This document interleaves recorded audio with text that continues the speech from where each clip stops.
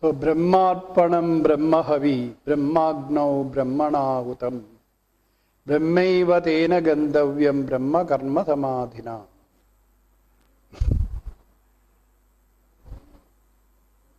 This is a verse, as I said, which is usually chanted in all the ashramas you will find before eating food, where everything that you are eating, digesting, the whole world which you are experiencing is identified with Brahman. Brahmarpanam is the offering.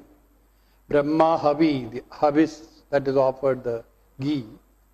Agnau, in the fire of Brahman. Brahmanahudam, the priest whose offering is called as Brahman. Brahmaiva tena gantavyam, the goal reached is Brahman. Brahma karma samadhina. So Brahma karma samadhi means a state of absorption in Brahman, in and through the midst of action. By performing the action to be identified with Brahman. Only possible when you see all the ingredients, all the individuals, all the actions performed. Every one of those you see is as an expression of Brahman. It is that one divine truth that is manifest through all beings, all things, all these actions. So our ordinary actions or our religious duties, all of them can be converted into a yajna. Yajno vai Vishnuhu, that is the 3rd chapter, 9th verse. That all actions done as an offering to Vishnu. Tadartam karma kaunteya mukta sangas samachara. Let all your actions be an offering to Vishnu. Vishnu is the cosmic power that sustains and maintains the universe. Srishti, Sthiti, Laya. Brahma, Vishnu, Maheshwara. So the Sthiti Karta is the Vishnu Tattva. So if all your actions are done as an offering to Vishnu, meaning you are doing the action for the welfare of the world, not for your selfish purpose. So when the spirit of offering, surrendering to the divine is there, every action becomes a yajna karma. So yajna karma samadhina, the state of samadhi, through the performance of yajna karma. Brahmaiva tena gantavyam. Such a person alone will reach the state of oneness with Brahman.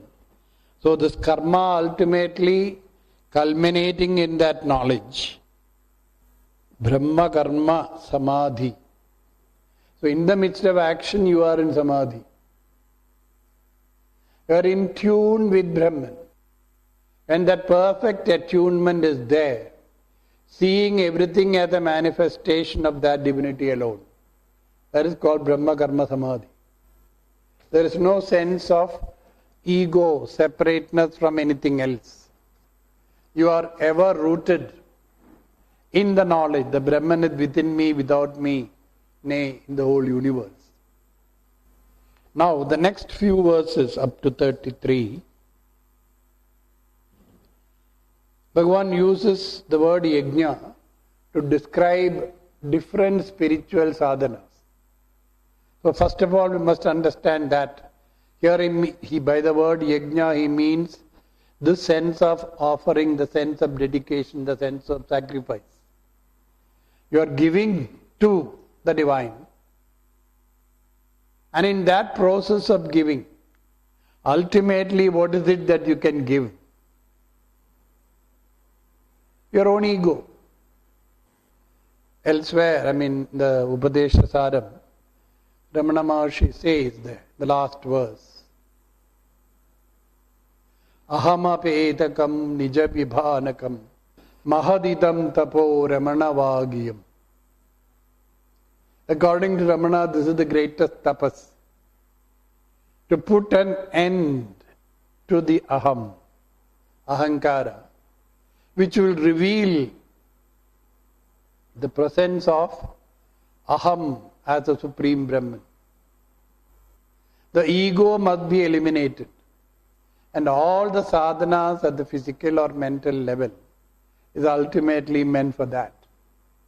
We will see. Daivameva pare yajnam yogena paryupasate brahmagnau apare yajnam yajne naivopajuhvati. Others, apare yajnam, apare yoginaha, daivameva paryupasate. Doing the upasana of the different devatas. They consider that this is the highest yajna. Brahmagnau apare yajnam. Yajnena eva upajuhvati. Into the fire of Brahman. Offering what? Offering oneself.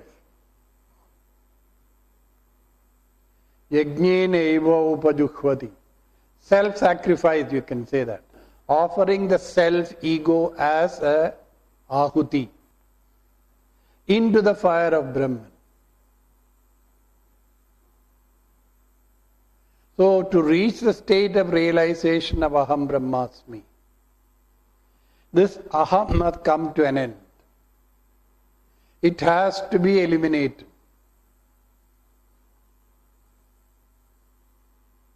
When somebody asked Ramakrishna once, when will I be able to realize God?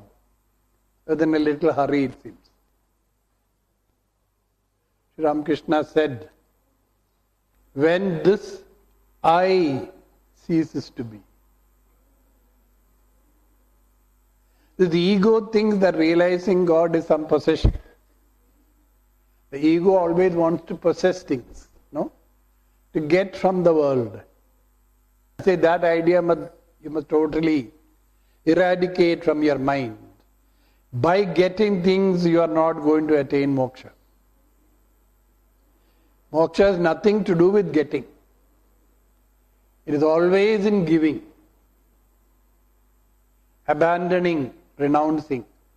Tyage neke amrudatva manashu.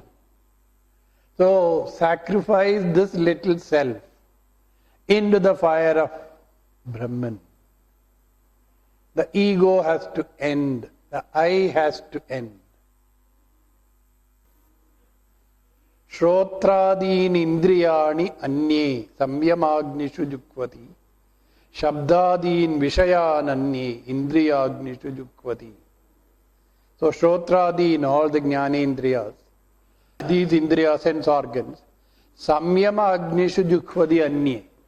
Yet other sadhaks, spiritual practitioners, offer these sensory organs and their capacity into the fire of self-control.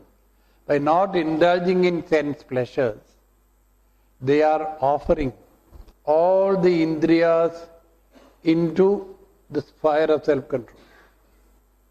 So more a person indulges in the world of objects, greater is the attachment to the world, the more he gets caught up in ragadveshas. So in order to eliminate that, they are told, get rid of this. Samyama, through samyama, self-control, get rid of these indriyas and their endless demands.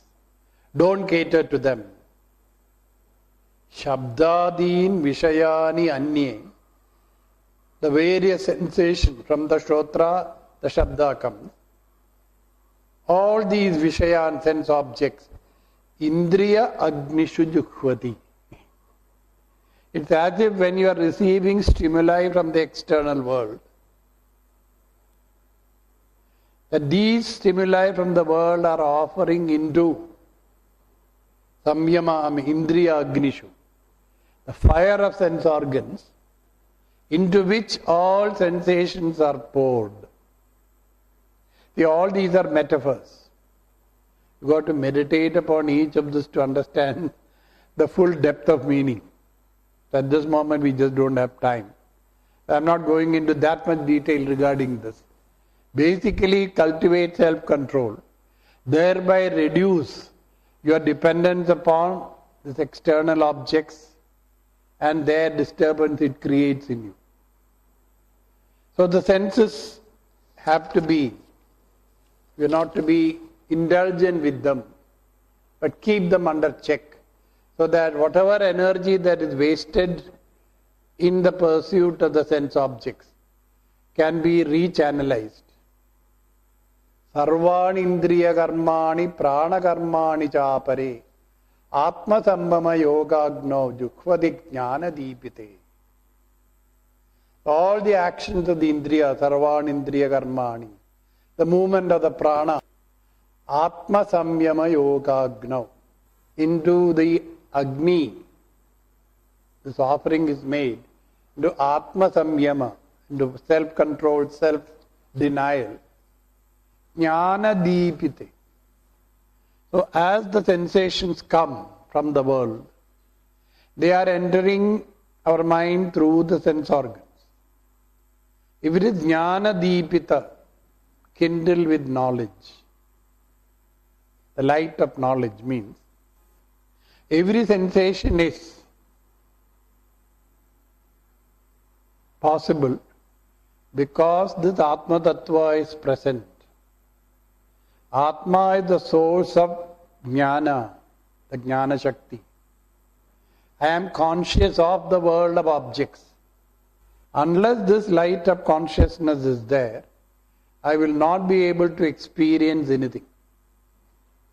So a person, when he is practicing Atma Samyama, that is Jnana Deepite, lit with the lamp of knowledge, each sensation entering the personality, in a way is reminding me that I am Chit Swarupa, Chaitanya Swarupa, of the nature of pure consciousness. Without this consciousness, these sense organs cannot function. So whether I am consciously sending the mind out or allowing the world to come in, the sense organs are functioning, and they cannot function without the principle of awareness. And that is what energizes all the indriyas. So each sensation is like an offering into this fire. See, these are all, as I said, I told you, various modes of worship. Different people, according to their personality type, you can say, practice different principles of sadhana. So each of these are thus meant for different types of personalities. Dravya yajnas tapo yajna yoga yajnas tatapare swadhyaya jnana yajnascha yataya samshitavrata. So others do dravya yajna, no? Our ordinary Vedic sacrifice, the dravya yajna. Tapo yajna, through asceticism and self-mastery, self-denial, they do tapo yajna. Yoga yajna, so control of the mind and the senses, is called as yoga yajna. Swadhyaya jnana yajnascha, a self-study, swadhyaya, studying the scriptures and reflecting upon them, is called swadhyaya. They are called jnana yajna. Yataya samshitavrata. So those practitioners, seekers with firm conviction and resolution, practice all these various type of disciplines. Apane jukhvadi pranam, prane apanam tatapare, pranapana gadir ruddhva, pranayama parayana. So yet others, apane jukhvadi pranam, offers the prana shakti into the apana. Prane apanam tatapare. The prana is offered into the apana.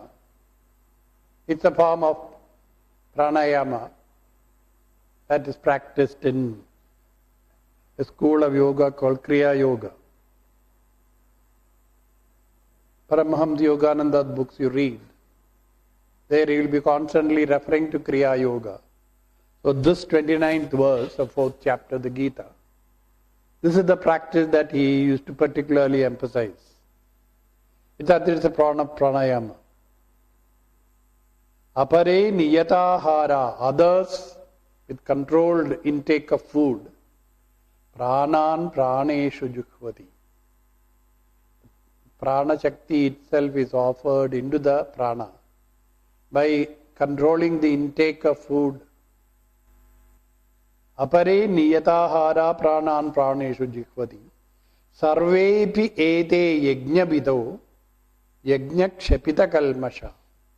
All these people who know about different types of yajnapita, yajnakshapita kalmasha.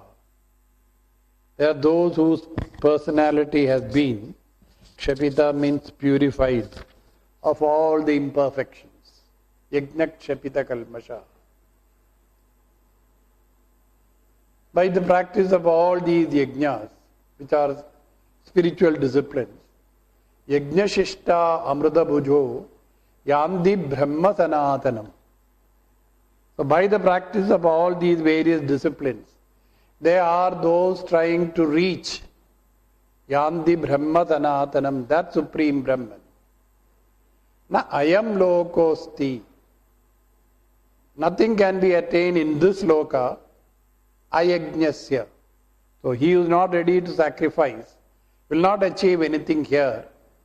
Kutaha anyaha kurusattama. How can he achieve anything hereafter? Meaning the self-discipline is required for any sort of attainment, either material or spiritual. So a person must apply himself by slow and steady process of self-control and self-mastery. Control the indriyas and turn the mind and the senses inward.